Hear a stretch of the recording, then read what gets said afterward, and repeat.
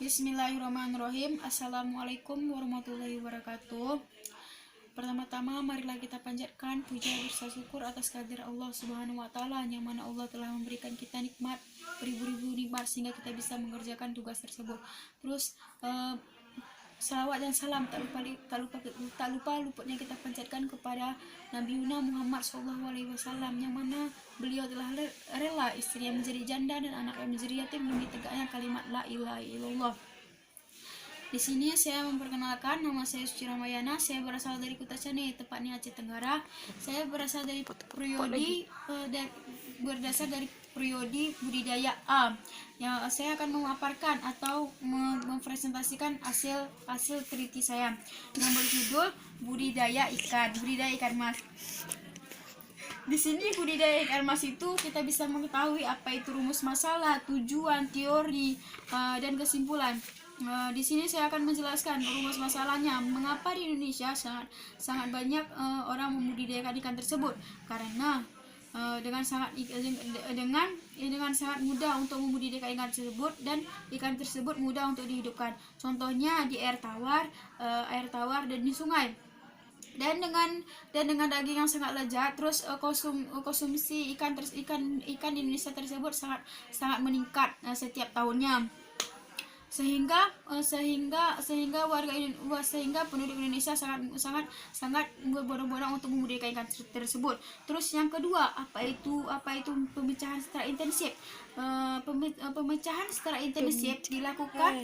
Pemecahan secara intensif dilakukan dengan dua cara, yaitu cara yang pertama dengan kawinan suntik atau hipotesis. Pemecahan dengan cara suntik atau hipotesis dilakukan apabila pemecahan secara alami sulit dilakukan. Maka dilakukan pemecahan secara hipotesis menggunakan biaya yang banyak, cukup tinggi, relatif tinggi, sarana dan prasarana yang tinggi, perawatan yang intensif. Jikalau kita tidak mempunyai biaya, kita akan bisa melakukan secara stripping atau teknik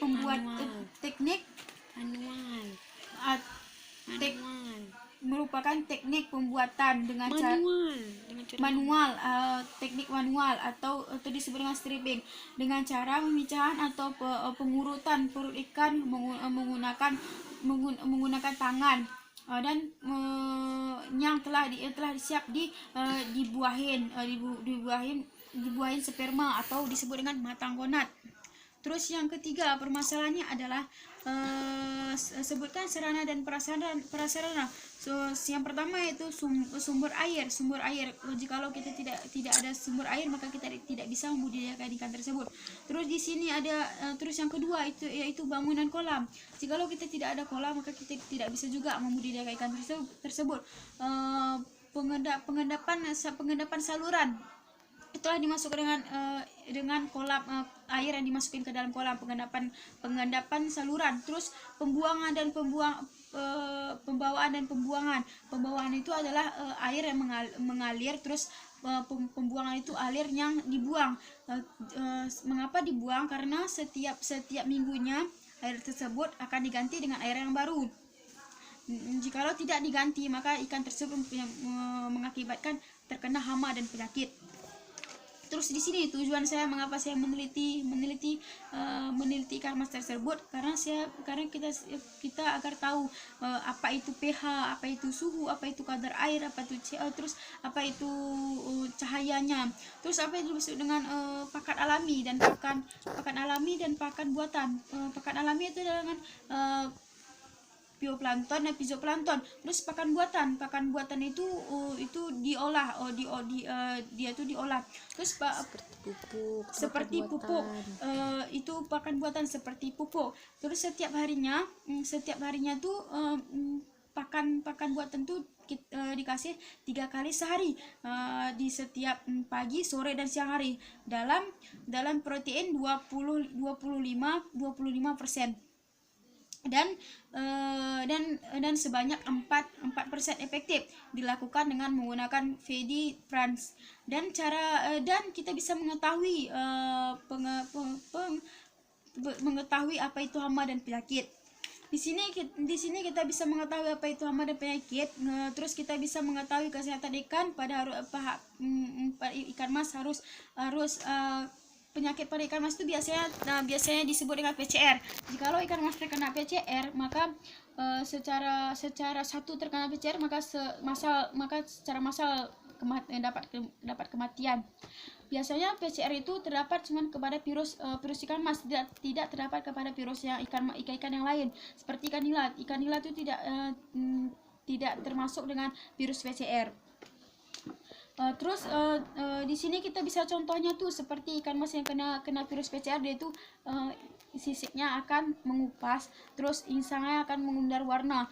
Jikalau ikan tersebut mendapat insangnya itu berpudar.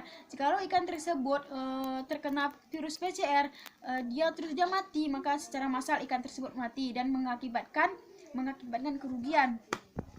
Terus di sini kesimpulan saya mengapa saya meneliti budidaya ikan tersebut. Kita bisa tahu apa yang terdapat dalam ikan mas tersebut. Terus gizi apa yang bisa kita dapat? Gizi yang bisa kita dapat itu gizi yang tuh setara dengan daging setara dengan daging. Terus di sini bukan dengan dagingnya dengan lembut. Terus ikan tersebut mempunyai nilai ekonomis yang relatif rendah, sehingga masyarakat Indonesia mudah untuk mendapatkannya dan mempunyai nilai gizi yang tinggi. Terus pengelolaan juga sangat mudah. Bisa kita kelola dengan cara kita sendiri. Terus kita bisa tahu apa itu kesimpulan itu kita bisa tahu bagaimana pakan alami, pakan buatan. Terus kita bisa tahu penyakit apa saja yang terkena dalam ikan mas tersebut. Terus sarana dan prasarana apa yang bisa kita lakukan di budidaya ikan tersebut. Seperti yang saya jelaskan yang pertama tadi, sarana dan prasarana itu sangat relatif. Kita bisa membuat kolam sebagaimana rupa. Seandainya kita mempunyai dana yang cukup tinggi, kita menggunakan kolam itu dengan semen. Jikalau kita tidak mempunyai biaya yang rendah, kita menggunakan secara manual. Mungkin sampai di sini paparan saya. Jikalau saya ada kurang atau ada perkataan yang kurang menyenangkan, saya mohon maaf. Saya lagi belajar. Kesalahan datangnya dari saya, kebenaran datangnya dari Allah. Wabillahi taufiq wal hidayah. Wassalamualaikum warahmatullahi wabarakatuh.